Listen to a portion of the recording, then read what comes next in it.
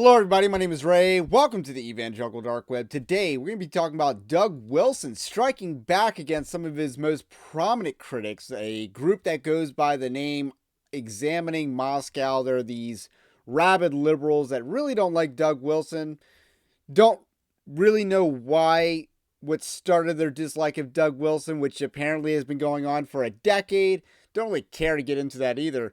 But anyway, this is an interesting story because Doug Wilson's threatening a defamation lawsuit, and Doug Wilson's fixing himself to be the next Johnny Depp, so to speak.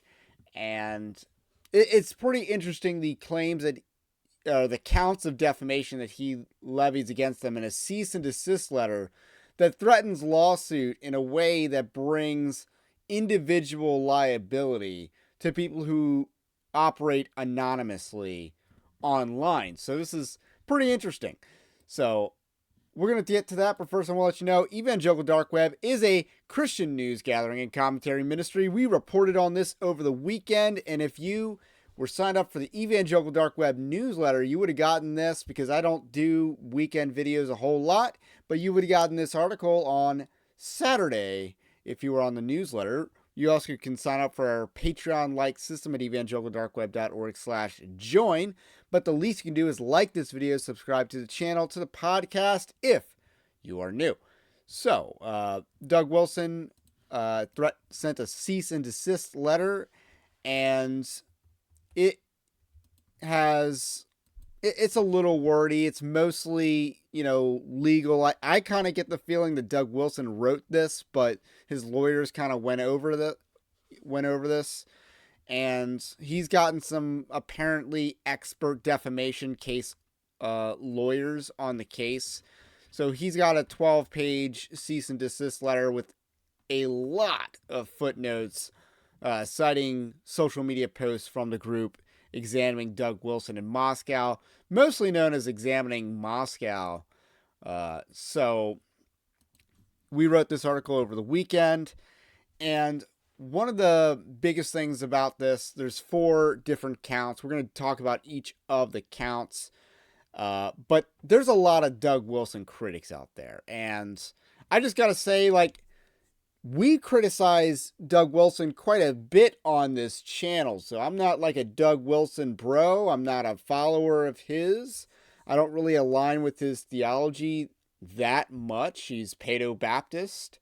I'm Credo Baptist and Credo Communion. Whereas, I think he's somewhere nuanced on the Credo Communion or Paedo Communion thing, if I recall. He's also post-mill. I'm not really post-mill. So these are some distinctions between myself and Doug Wilson.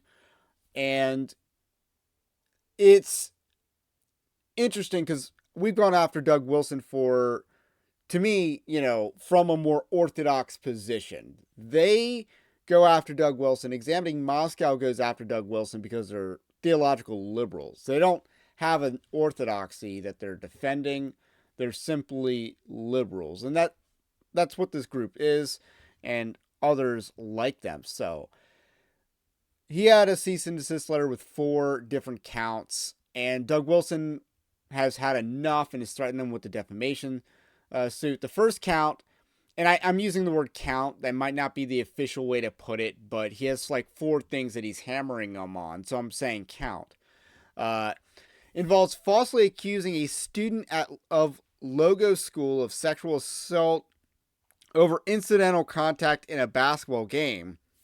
Even if their characterization of the events were true, they wouldn't really amount to sexual assault. So let's talk about what exactly it is we're looking at on the replay. And I've seen some images like this. That sounds not really helpful, but you're looking at dude in the back here. There's incidental touching of butt, I guess. And I don't think that amounts to sexual assault. You also have an instance down over here where I don't necessarily see contact.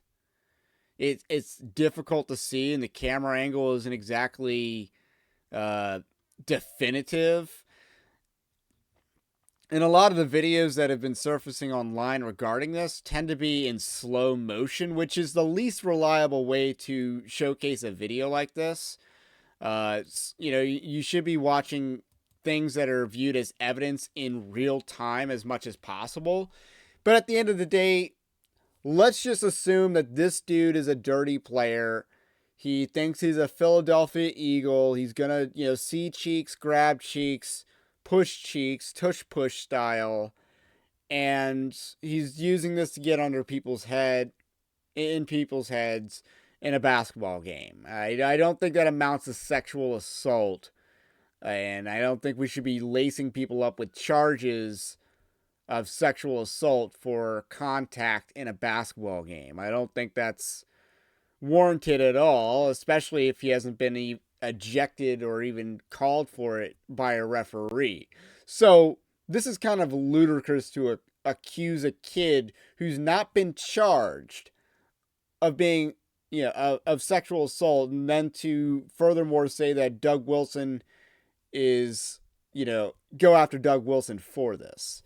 So Doug Wilson says of this, all footage of the interaction to which you refer shows that your accounts are false. High resolution footage of one skirmish shows at most a fraction of a second of contact between the alleged assailant and another player. The other interaction, during which the Logos players is alleged to have grabbed his opponent by the crotch and then lifted him off his with a closed hand, similarly involves only passing contact. In fact, even if the specific footage on which that claim was based shows that player pulling his arm free off of his opponent, the conduct you label assaultive is no more invasive and less incidental than is routine in high school, college, and professional basketball. Moreover, your posts clearly and repeatedly accuse a player of committing a crime. You cite specific criminal statutes you allege the student violated, and you invite the parents and others to contact attorneys in sexual assault. In addition to being false and highly damaging, your posts are thus actionably defamatory. So I think this is why Doug Wilson sent the cease and desist letter, was the fact that they're going after a student at Logos schools. That would be my guess. If what was the bridge too far? This is labeled count one, and I think this was the bridge too far, and Doug Wilson's had it up to here. So the second involves an inappropriate student-teacher relationship regarding Logos school. Doug Wilson summarizes this as saying the teacher who abused Ms. Dye was fired from Logos and removed as a Christ Church elder within days of the discovery of an unprofessional online message, when 2 years after the fact, Pastor Wilson and Logos learned for the first time that the relationship between the student and teacher may have involved illegal contact. It was Pastor Wilson himself who reported it to law enforcement, and even then, Ms. Dye categorically denied any potentially illegal contact to the police. Now, this instance, again, salacious, and it's number 2 for a reason. It involves an inappropriate student-teacher relationship. They seemingly fired him over being too cozy and unprofessional with the student. And this teacher got removed and all that. He would apparently have a sexual relationship with this student when she was in college, which to me, again, says a lot of things that are going on here. And when they find out, hey, you might have also had a sexual or inappropriate touching relationship while she was still a student, they reported that to the police. That's their side of the story. I believe the other side of the story disputes how much and when he knew of what, but considering this guy hasn't been charged, this is a strange thing to try to go after, Doug Wilson for. And I don't know how much you can really, try and discredit his entire ministry over an inappropriate student-teacher relationship in which they fired people. They fired him as a teacher, removed him as an elder, later went to the police. and then the person that he was having an inappropriate relationship with was involved in a sexual relationship with him while she was in college. I don't know. Is that really the hill to die on if you're going after Doug Wilson? Because I don't think that's a strong way to go out onto Doug Wilson. But if they are trying to accuse him of covering up sex abuse and caping up for sex abuse, that is a strange case to use. And I think they're going to get, again, they're setting themselves up for liability there. The count bears a striking similarity to Paige Patterson, and I'm talking about Doug Wilson's characterizations, and the reason he was removed from Southwestern Baptist Theological Seminary, in that Wilson reported it to the police and is still being accused of covering up sex abuse. So, again, the whole no good deed goes unpunished thing really holds true with this particular issue in the church, as it relates to if you're Orthodox and you act correctly on this issue of sex abuse in the church, they're still going to come after you like they did with Paige Patterson in the Southern Baptist Convention. Thirdly, Wilson strikes back at the notion that he and his wife have inappropriately asked about students' sexual behavior. And this has to do with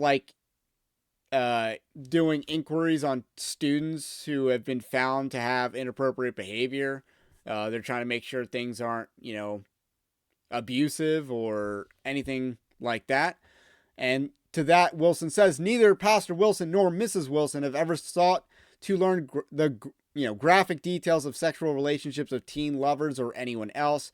Any questions of either of them have asked in such context has been aimed at discrete and legitimate goals. For example, it is necessary to determine whether a minor who is engaged in sexual interactions was ever forced to do anything against her will or had a sexual encounter with an adult. This can include the extent of sexual conduct, such as details of touching and sexual penetration, which are predicates to certain crimes subjected to mandatory reporting. For these purposes, asking uncomfortable questions is the only way to determine what must be done to protect victims. Had Pastor Wilson failed to ask these difficult questions to determine whether sexual misconduct had occurred, you surely would have used that failure as additional support for your false claims that Pastor Wilson ignores and downplays sexual assaults. And this part at the end definitely makes me think that Doug Wilson wrote this and his lawyers went over it. The last count is that Doug Wilson denies supporting rape, including and especially marital rape. So that's the key distinction that they're narrowing in on, as he's accused of doing by examining Moscow. It's worth noting that Doug Wilson's counts of defamation focus on the more salacious accusations made against him and his ministries. The basketball accusation occurred recently. It's probably one of the more recent allegations against him. And again, I think that was the bridge too far for Doug Wilson. So now the long-standing accusations against Wilson are being contested as well. It's worth mentioning that examining Moscow operates anonymously, something that Wilson is unfazed by. And this is a pretty boss move by him right here.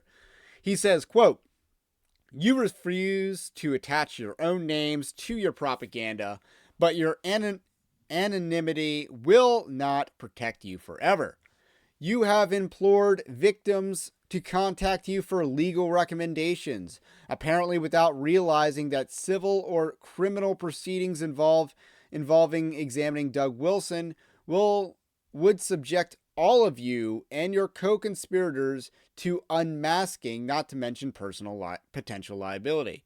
It would take very little effort for a litigant to subpoena X, that's Twitter, Meta, that's Facebook, Google, GoDaddy, I guess they use GoDaddy for their web DNS, and other hosts to retrieve your real names, IP addresses, and contact information. And because examining Doug Wilson is not incorporated, it is not a limited liability entity. Each of your authors and administrators is individually fully liable for all of the site's content. So that part at the end is a little bit of a business law lesson about liability, and that's why if you're starting a business, you might form an LLC, limited liability company, or a corporation. Different types of liability protections are included as a benefit to that.